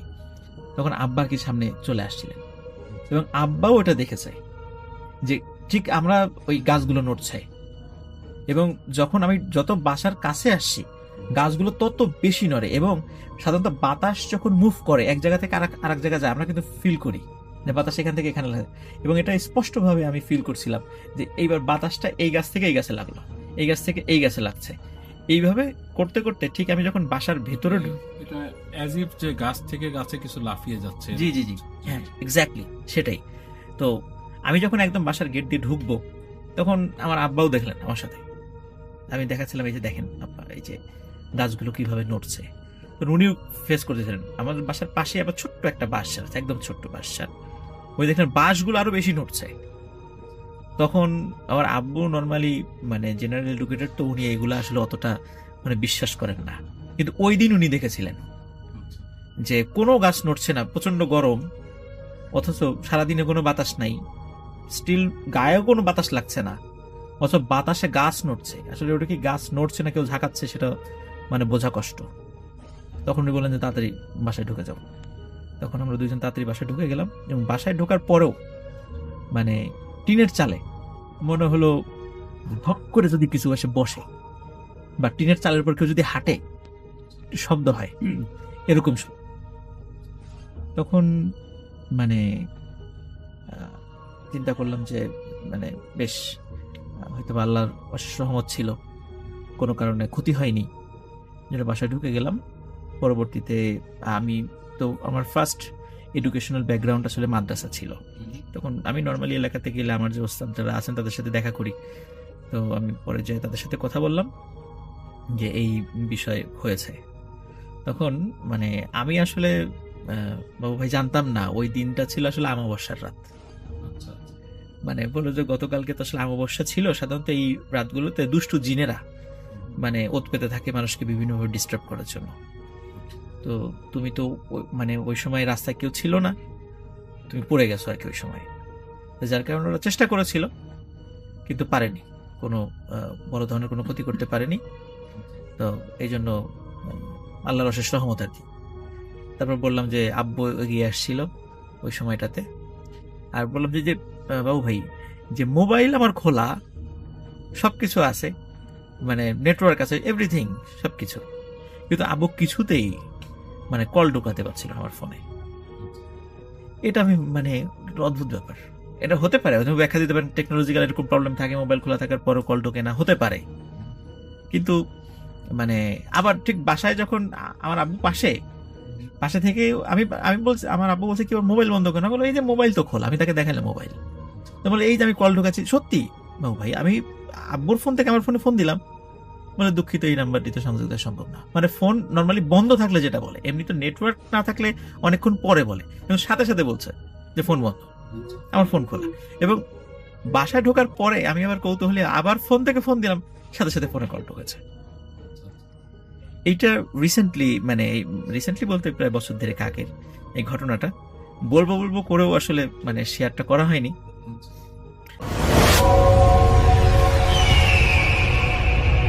জিদ আজিম ভাই, উনি ওনার এক পরিচিত বড় ভাই আছে নজরুল, ওনার কাছ থেকে এই ঘটনাটা শুনেন। তো নজরুল সাহেবের সাথে এই ঘটনাটা ঘটেছিল 2012 সালে। নজরুল ভাইয়ের বাড়ি ছিল ময়মনসিংহের গৌরীপুরে এবং তিনি চাকরি করতেন ময়মনসিংহের শ্যামগঞ্জে, একটা সরকারি একটা প্রতিষ্ঠানে তিনি চাকরি করতেন। তো উনি শ্যামগঞ্জ থেকে গৌরীপুর উনি ট্রেনই আসা যাওয়া করতেন এবং একটা লোকাল ট্রেন ছিল রেগুলার, ওটাতে উনি আসা যাওয়া করতেন। আর ওনার বাসাটা ছিল গৌরীপুর রেল স্টেশন থেকে একটু আগে, মানে ওনাকে রেল স্টেশনে নামতে হতো ঠিকই, কিন্তু আবার ব্যাক করে বাড়িতে আসতে আরো 15-20 সময় লাগতো আর কি। ওনার ফ্যামিলি মেম্বার বলতে ছিল ওনার আব্বা আম্মা এবং ওনারা 2 ভাই, উনি অবিবাহিত ছিলেন। আর নজরুল ভাই সম্পর্কে যেটা বলেছিল আজিম ভাই, যে নজরুল ভাই ছিল একটু ধার্মিক বলতে উনি হুজুর বা কবিরাজ ওদের কথা খুব বিশ্বাস করতেন এবং ওনার হাতে 3টা আংটি ছিল।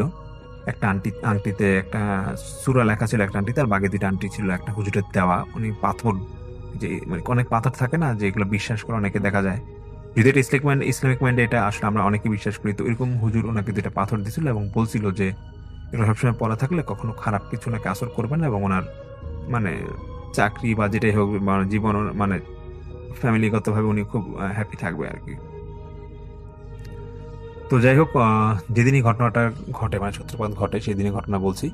সেদিন ছিল প্রচণ্ড বৃষ্টি ছিল, বর্ষাকালের কোনো একদিন। তো উনি অফিস শেষ করে ট্রেনের জন্য অপেক্ষা করছে মানে শ্যামগঞ্জে, উনি গৌরীপুর আসবে। তো বৃষ্টির কারণে হয়তো ট্রেন আসতে লেট করছিল।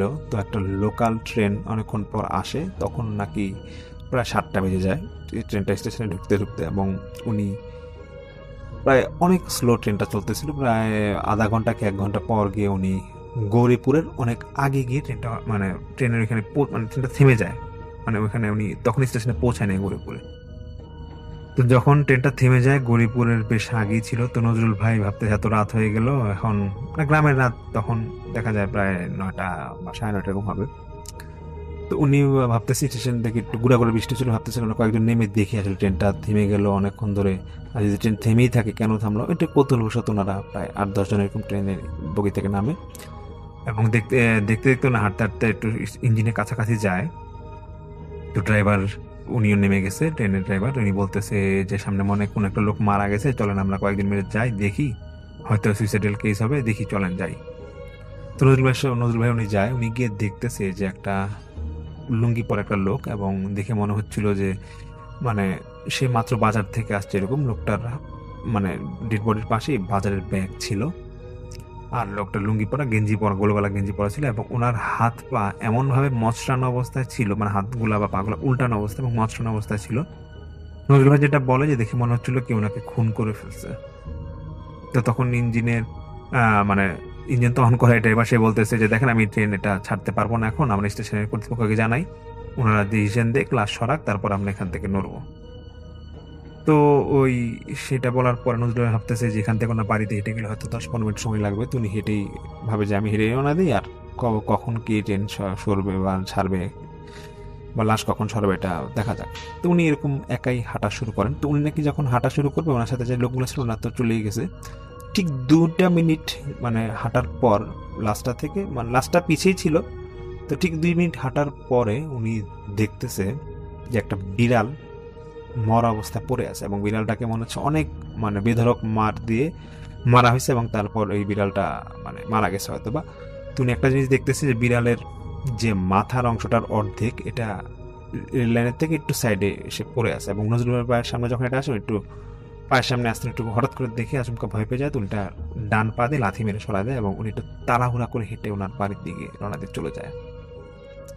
তুমি যখন রাতে 11টা 11:30 দিকে ঘুমাতে যাবে, ওনার রুমটা ছিল একটু সাইডে, উনি এবং ওনার ভাই থাকতে একসাথে এবং ওনার আব্বা মা থাকতে আরেকটা রুমে, হাফ বিল্ডিং ছিল। মাঝে ছিল একটা উঠান, আর ওনাদের ওয়াশরুমটা ছিল বাইরেই, আর একটা ওয়াশরুম ছিল মনে হয় ভিতরের দিকে ছিল। তো নজরুল ভাই যখন ঘুমাচ্ছে, উনি আধা ঘন্টা ঘুমানোর পর দেখতেছে যে ওনার টিনের চালে, উনি যে রুমে থাকবে টিনের চালে প্রচন্ড মানে আওয়াজ হচ্ছে, এবং উনি বুঝতে পারতেছে যে টিনের চালে মনে হয় দৌড়াদৌড়ি করলে যেরকম আওয়াজ হয় না এরকম। তেমন সময় হঠাৎ করে বিড়াল ঝগড়া করলে যেরকম একটা আওয়াজ করে না, ওই যে বাচ্চারা কান্না করলে যেরকম একটা আওয়াজ করে, বিড়াল কিন্তু ঝগড়া করলে এরকম একটা আওয়াজ করে, সেরকম আওয়াজ হচ্ছিল অনেকবার।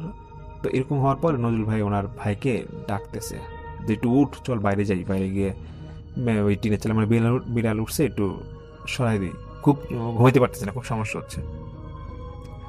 তো নজরুল ভাইয়ের ভাই বলতেছে যে না, কোনো আওয়াজ তো আমি পাই না। তখন নজরুল ভাই বলতেছে আওয়াজ পাস না কিভাবে, আমি তো আওয়াজ পাচ্ছি, চল বাইরে চল। উনি ভাবে যে ওনার ভাই হয়তো ঘুমতে পড়বে না, এর জন্য হয়তো এরকম কথা বলতেছে। তো নজরুল ভাই এরকম প্রায় ঘন্টাখানেক নাকি উনি আওয়াজ পায়, এবং আওয়াজ পেয়ে উনি ঘুমায় যায়। তো পরের দিন সকালে উনি ফজরের নামাজ পড়ে উনি ভাবতেছে যে পাশে পুকুরটা আছে, পুকুরে দু একটা ডুব দিয়ে আসবে, মানে গোসল করে আসবে, তারপর উনি অফিসে যাওয়ার জন্য আস্তে আস্তে রেডি হবে আর কি। উনি যখন এরকম গাদলার দিন ছিল, মানে বেশ বর্ষা বাদল বলেছিলাম বৃষ্টি আগে ছিল, তো সেদিনও ওই পরের দিন এরকম প্রায় এরকম, মানে ওই পরের দিন প্রায় এরকম বৃষ্টির মতো ছিল। নজরুল ভাই নাকি পুকুর পাড়ে যায়, তখন প্রায় 6টা কি 6:15 বাজবে। উনি ওনার হাতের আংটিগুলা ঘাটের মধ্যে রেখে পুকুরে এরকম ডুব দিচ্ছিল। উনি গোসল শেষ করে এসে দেখুন আংটিগুলো নাই, কিন্তু বাকি যে কাপড় চোপড় আছে ওগুলো সব ঠিক ছিল। উনি অনেক খোঁজাখুঁজি করে পায় না। উনি হয় একটা পর্যায়ে ভাবে হয়তো বা গোসল করতে গিয়ে মনে হয় ভুলে উনি আংটিগুলো হাত থেকে খুলে নাই, কিন্তু উনি যেটা বলে যে ওনার নাকি একটা জিনিস মনে ছিল যে আংটিগুলো উনি খুলে গেছিল, এবং এটা অনেক স্পষ্ট মনে আছে। যখন একটু মন খারাপ হয়, উনি পরে ভাবে যে ঠিক আছে, দরকার নাই, হুজুরের কাছে আবার যাবো, গিয়ে এই পাথরগুলো নিয়ে আসবো। কারণ ওনার মধ্যে একটা আফসোস ছিল, এগুলো খুব দামি পাথর ছিল, আর বিশেষ করে একটা আংটিতে সূরা লেখা ছিল। যাই হোক, তো উনি যখন সেদিন অফিসে যায়, সেদিন নাকি অফিসে যাওয়ার পর থেকেই ওনার নাকি ডান পাটা খুব ব্যথা করা শুরু করে, মানে হাঁটুর উপর থেকে শুরু করে নিচ পর্যন্ত খুব ব্যথা করা শুরু করে। এবং যেরকম ব্যথা করতেছিল, উনি ভাবতেছিল যে অফিস শেষ, অর্ধেক মানে পুরো অফিস না করে এসে পড়বে, এবং একটা পর্যায়ে উনি যখন আর পারতেছিল না ব্যথায়, ওখানে লোকাল একজন ডাক্তার দেখায় শ্যামগঞ্জে, এবং ওই ডাক্তার বলে নর্মাল মেডিসিন দিয়ে বলে ঠিক হয়ে যাবে, নর্মাল, এত সিরিয়াস কিছু না, হয়তো আপনি ব্যথা পাইছেন। নজরুল ভাই সেদিন বাসায় আসার পর ওনার মাকে বলতেছে যে মা, আমি আজকে অফিস শেষ না করে আগে এসে পড়লাম, আমার প্রচন্ড পা ব্যথা। তো ডাক্তার দেখেছে, ডাক্তার ওষুধ দিচ্ছে, তো ওনার মাও একটু মালিশ করে দিল পায়ে, দেখতেছে নজরুল ভাই যেমন ডান পাটা বেশ ফুলে যাচ্ছে। তো যাই হোক, এটা উনি তো ওনার রুমে পরে সেদিন ঘুমাতে চলে যায়, মানে ওনার রুমের পরে আর বের হয় না। তো রাতে যখন ঘুমাতে চলে যায়, তখন উনি আবার ঘুমের মধ্যে এরকম বিড়ালের এরকম ওই লাফালাফির আওয়াজ করে পাচ্ছিল। আজকে ওনার ভাইকে ডাকতেছে, কিন্তু ওনার ভাই আজকে উঠে না। তো নজরুল ভাই ভাবে যে আমি আজকে উনি নিজেই যাবে, তো গিয়ে একটু দেখবে, মানে উপরে একটু ঢিলাঢিলি করলে হয়তো বিড়াল চলে যাবে, আসে উনি যায় বাইরে। তো উনি বাইরে গিয়ে প্রথমে ওনার ওয়াশরুমে যায়, বাইরে যে ওয়াশরুম ছিল ওখানে গিয়ে ওয়াশরুম থেকে যখন ব্যাক করবে, উনি তখন আওয়াজ পাচ্ছিল। তো উনি কোন একটা কারণে নিচে লাঠি খুঁজতেছিল, যে লাঠি দিয়ে হয়তো ওই টিনের চালের বাড়ি মারবে। তো হঠাৎ করে আম্মা বলতেছে যে নজরুল, তুই তাড়াতাড়ি রুমে ঢুক। এটা বলতেই মানে নজরুল ভাই বলছে কি মা, কি বললা, কিছু তো বুঝলাম না। এটা বলতেই দেখতেছে যে ইটের দলা অনেক, মানে ইট থাকে না গুড়া ইট বা ইটের দলা যেরকম হয়, এরকম ওনার গায়ে কি জানি উপর থেকে মারছে, এবং নজরুল ভাইয়ের ঠিক কাঁধ বরাবর পড়ছে, এবং খুব প্রচন্ড ব্যথা পেয়ে মানে বলছে ও মা গো, ব্যথা পাইলাম, উপরে নাকি উনি একবার উল্টে পড়ছিল। তাড়াতাড়ি নজরুল ভাইয়ের আম্মা আব্বাকে ডেকে চিৎকার দৌড়া তাদেরকে উঠানে এসে নজরুল ভাইকে ঘরে নিয়ে যায়, এবং ওইখানে উঠানে অনেকগুলো মাটির দলা পড়েছিল। নজরুল ভাইয়ের আম্মা রুমে গিয়ে বলতেছে, আমি কি জানি দেখলাম যে তুই যখন লাঠি খুঁজতেছিলি, আমি তো বাথরুমে যাওয়ার জন্য উঠছিলাম, আমি দেখলাম যে তুই যখন লাঠি খুঁজতেছিলি উপর থেকে কোনো একটা কালো একটা ছায়ার মতো হবে, তোর কি জানি একটা ঢিল মারতেছিল, এই জন্য আমি তোকে যেতে বলছি, মনে হয় খারাপ কিছু হইতে পারে, এত রাতে তোর বাইরে ঠিক হয় নাই। তো আমি আগেই বলছিলাম যে নজরুল ভাই কিন্তু ওই যে কেউ হুজুরের আংটি দেওয়া বা কোনো কিছু বলে খুব বিশ্বাস করতো। তো উনি নজরুল ভাই ভাবতেছে হয়তো ওনার হাতে আংটিগুলো নাই, হয়তো খারাপ কিছু ওনাকে দেখছে বা নয় খারাপ কিছু নজরে উনি পড়ছে। তো যাক, উনি ওনার আম্মাকে বলতেছে, আম্মা আমার পাটাও ব্যথা করতেছে, আবার খারাপ কিছু একটা মনে হয় কি ঢিল মারলো, এক কাজ করি, আমার আংটিগুলো আমি পাইতেছি না আজকে সকাল থেকে, আমি দরকার হলে কালকে হুজুরের কাছে যাই, আমার আংটিগুলা আবার বানাতে দিয়ে আসি, দেখি কি করা যায়। তো যাই হোক, সে রাতের মতো নজরুল ভাই ঘুমায় যায়। পরের দিন সকালে উঠে নজরুল ভাইয়ের পায়ের এমন বাজে অবস্থা, মানে এতটা ব্যথা এবং এতটা ফুলছে যে উনি সেদিন অফিসে যেতে পারে না। তো ওনাকে নাকি একটা লাঠি দিয়েছে, লাঠি ভর দিয়ে উনি চলাচল করতে, মানে সেদিন চলাচল করছে।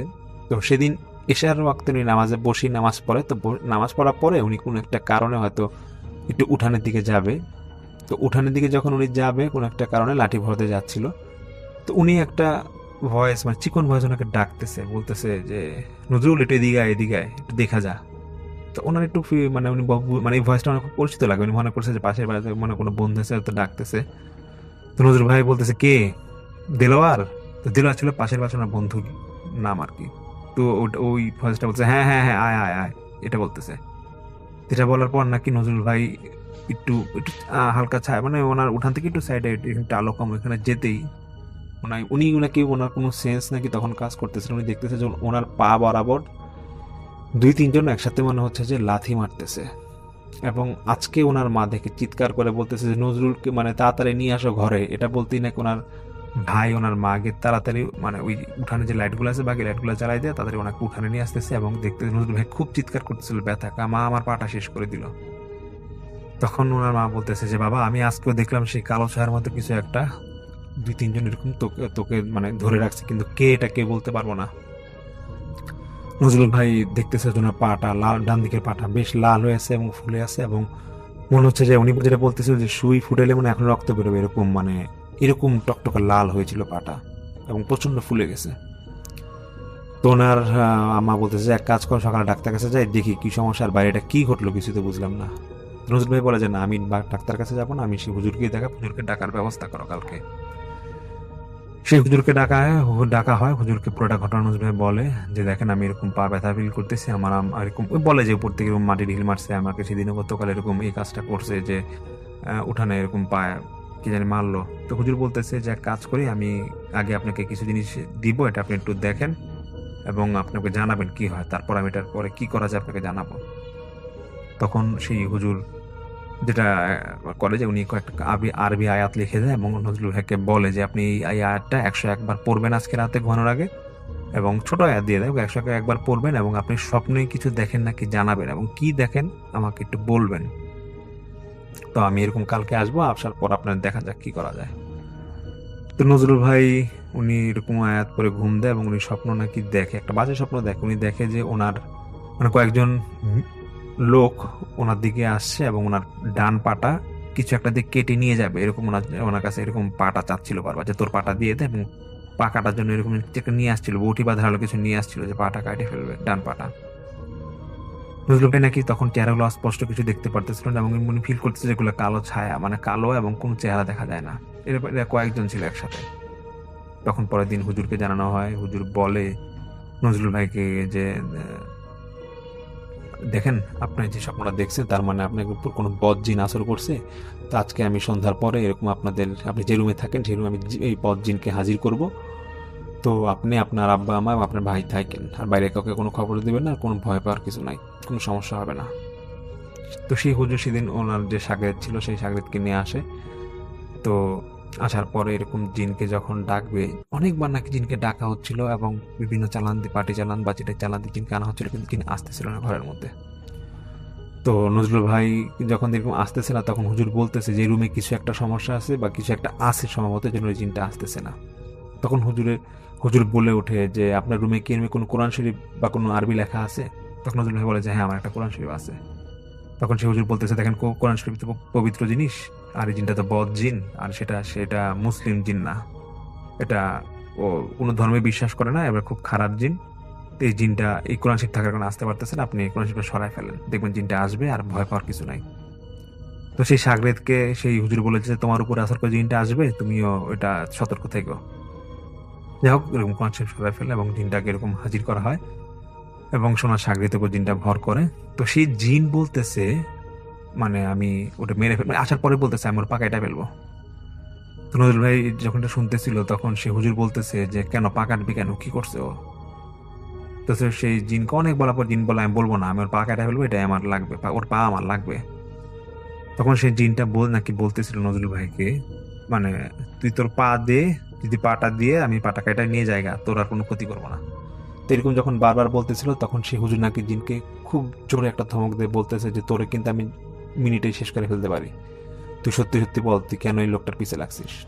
তখন সেই জিন বলতেছে যে আমরা এরকম 5-6 জন জিন আছি ওই রেল লাইনের এখানে আমাদের আমাদের থাকার স্থান। তো এরকম সেই রাতে বৃষ্টির রাতে একটা লোক, বাজারের একটা লোক ওই উনি মানে বলতেছে ওইখানে স্থানীয় এক লোক বাজার করে ফিরতেছিল, ওর হাতে মাছের পোটলা ছিল। তা আমাদেরই একটা জিন গেছিল ওই মাছটা নেওয়ার জন্য, ওই লোকটা দেয় নাই, ওর লাগে খুব ধস্তাধস্তি হয়েছে। এবং সেই লোকটা আমাদের একটা জিনকে এমন বেধড়ক মাইট দিয়েছে লাঠি দিয়ে, এবং একটা পর্যায়ে ওর ধারালো কিছু একটা দিয়ে আমাদের একটা জিনের মাথার মধ্যে আঘাত করে। এবং সেই জিনটা সেই মুহূর্তে ওই ট্রেন এসে পড়ে। তো ট্রেন আসার কিছুক্ষণ আগে ওই জিনটা বিড়ালের রূপ নিয়ে ওখানে লাশ পড়ে থাকে। এবং যেই লোকটা ওই জিনটাকে মারছিল আমাদের আরেক ভাই, ওই জিনই বলতেছে যে আমাদের আরেক ভাই গিয়ে ওই লোকটার একবার হাতটা মস্কায় দিয়ে আসছে, মেরা ফেলছে ওটারে। তার এই নজরুল সেই জিনের, আমাদের যে জিনটা মারা গেছে বিড়ালের রূপ নিয়ে, সেই বিড়ালের মাথায় লাথি মারছিল। এটা আমাদের জিনের ওই ভাই মানে বলে যে যে জিনের মাথা ছিল সেই জিনের মাথায় আঘাত করছে, এটা আমরা সহ্য করতে পারি নাই। তো এখন সেই হুজুর বলতেছে আচ্ছা ঠিক আছে বুঝলাম, তো তোরা আর কি কি সমস্যা করছিস, এর জন্য আমরা চাইছিলাম তোরা শেষ করতে, ওরা বিভিন্ন রূপে আমরা ওনার ঘরে আসতে চাইছিলাম, কিন্তু ওনার ঘরে আসতে পারি না, ওনার ঘরে কোরআন শরীফ ছিল আর ওনার আংটি যে 3টা ছিল এই আংটিগুলো আমরা সরাই ফেলছি, আমাদেরই একটা জিন আছে ওই আংটি সরাই ফেলছে। আমরা চাইতেছিলাম যে ওকে যাতে ক্ষতি করতে পারি, কারণ আংটি থাকলে ক্ষতি করতে পারতাম না। এই যে আমরা 2বার চেষ্টা করছিলাম ওর বাসায়, আমাদের অন্যান্য জিন আছে ওরা খুব ডিস্টার্ব করতো সবসময়, টিনের চালে 2-3 দিন ডিস্টার্ব করছে, ওরা বাইর করতে চাইছিলাম, তো 2 দিন তো আমরা ধরে রেখেছিলাম, কিন্তু ওনার আম্মার জন্য আমরা পারি না, আর আমরা তো আলোতে থাকতে পারি না। ওনার আম্মা সেদিন আলোর ব্যবস্থা উঠানে আলো জ্বালাইছিল যেন চলে গেছে, আর পারি নাই। এখন সেই দিন আবার বলতেছে যে আমার পা আমরা কাটবো, পা নিয়ে যাবো, পা নিয়ে আমরা পা ছাড়া আমরা নড়তে পারবো না। তখন অনেক বলা পরে হুজুর অনেক বলতে বলতে যখন অনেক ঝাড়ি দিতেছিল এবং বলতেছিল যে দেখ তোদের জিনকে বলতেছে তোদেরকে আমি শেষ করে ফেলতে পারি এবং বোতলে আটকায় ফেলতে পারি, তখন তোরা কি করবি। তো অনেক বলার পর জিন বলতেছে ঠিক আছে আমি অন্যান্য জিনের সাথে কথা বলে ওরা কি চায় আগে দেখি, ওরা কি চায় মানে বলে। তখন ওই অন্যান্য জিনের সাথে নাকি ওই জিনটা কথা বলে এবং সেই জিন বলে ঠিক আছে আমাদের একটা ভোগ দিতে হবে, আর ভোগের নিয়মটা হচ্ছে যে এক দামে একটা গরু কিনতে হবে এবং গরুটা ষাঁড় গরু এবং বড় হইতে হবে, এবং সেই গরুর যে মাংস আছে এটা আপনারা বিলায় দেন কাউকে, আমাদের দেখার বিষয় না, কিন্তু যে গরুর যে হাড়গুলো আছে প্রতিটা হাড় আমাদের লাগবে, কোনো হাড় ফালাইতে পারবেন না, এবং সেই হাড়টা আমাদের বাড়ি সেখানে দিয়ে আসতে হবে, দিয়ে আসার ব্যবস্থা করেন। তখন ওই হুজুর বলে যে এর বাইরে কি করতে পারবে, এটা কি এটাই করতে হবে না অন্য কিছু করতে হবে, কেন এটাই করেন, এটা করলে আমাদের নজরুল সাহেবকে ছেড়ে দিব, আরো কোনো ক্ষতি করবো না। তখন সেই হুজুর নজরুল সাহেবকে বলে, নজরুল সাহেব বলে যে হ্যাঁ ঠিক আছে আমি রাজি আছি, এবং সেই জিন একটা নির্দিষ্ট সময় দেয়। তো দেওয়ার পরে সেই নজরুল সাহেবের ওনারা ওই হুজুরের কাছে যায় এবং ওই গরুটা নাকি খুব নিখুঁত করে ওনারা নাকি এরকম মাংসগুলা ছাঁটাই করে যে হাড়গুলা থাকে এগুলো সম্পূর্ণ সব হাড় এরকম নির্দিষ্ট একটি স্থানে নাকি কোনো একটা নামাজের পর এসা বা কি মাগরিব ভাবে মানে এরকম অন্ধকার সময় নামাজের পর বাড়িতে এখানে দিয়ে আসে, এবং সেই দিন নাকি নজরুল সাহেব সেই হুজুরের সাগরে তোমরা 3 জন মিলে গেছে এবং সেই জিনকেও ওইখানে ডাকা হয় এবং বলে যাচ্ছে যে তোদের খাবার এবং তোরা কথা যায় নজরুল সাহেবের কোনো ক্ষতি করবি না। তখন তারা বলে যে হ্যাঁ আমরা কোনো ক্ষতি করবো না, আর ওর যে পায়ের সমস্যা ওটা ওর ভালো হয়ে যাবে, একটু ওরে সাবধানে থাকতে বলবেন এই। তো সেই হুজুর বলে যে সাবধানে থাকবে মানে তুই ওর কোনো ক্ষতি করতে পারবি না, শেষ, এটা বলে গেলাম, আর যদি করস তাহলে তোকে আমরা বোতলবন্দি করবো। তো তারপর নাকি এরকম তো ওই নজরুল সাহেব এসে পড়ে এবং ওনাকে ওই হুজুর কিছুদিন চিকিৎসা করে এবং ওনাকে আংটি আবার দিয়ে দেয়, আংটি ওই যে আংটিগুলাকে ব্যবহার করতো ওই আংটিগুলা সেই জিনদের কাছ থেকে নাকি উনি এইভাবে ম্যানেজ করে এবার দিয়ে দেয় নজরুল সাহেব নাকি। তারপর আস্তে আস্তে উনি প্রায় মাসখানেকের মধ্যে সুস্থ হয়ে যান, পায়ের কোনো সমস্যা থাকে না। তো এটাই আর কি ঘটনা ছিল যেটা শেয়ার করে সেই নজরুল সাহেব।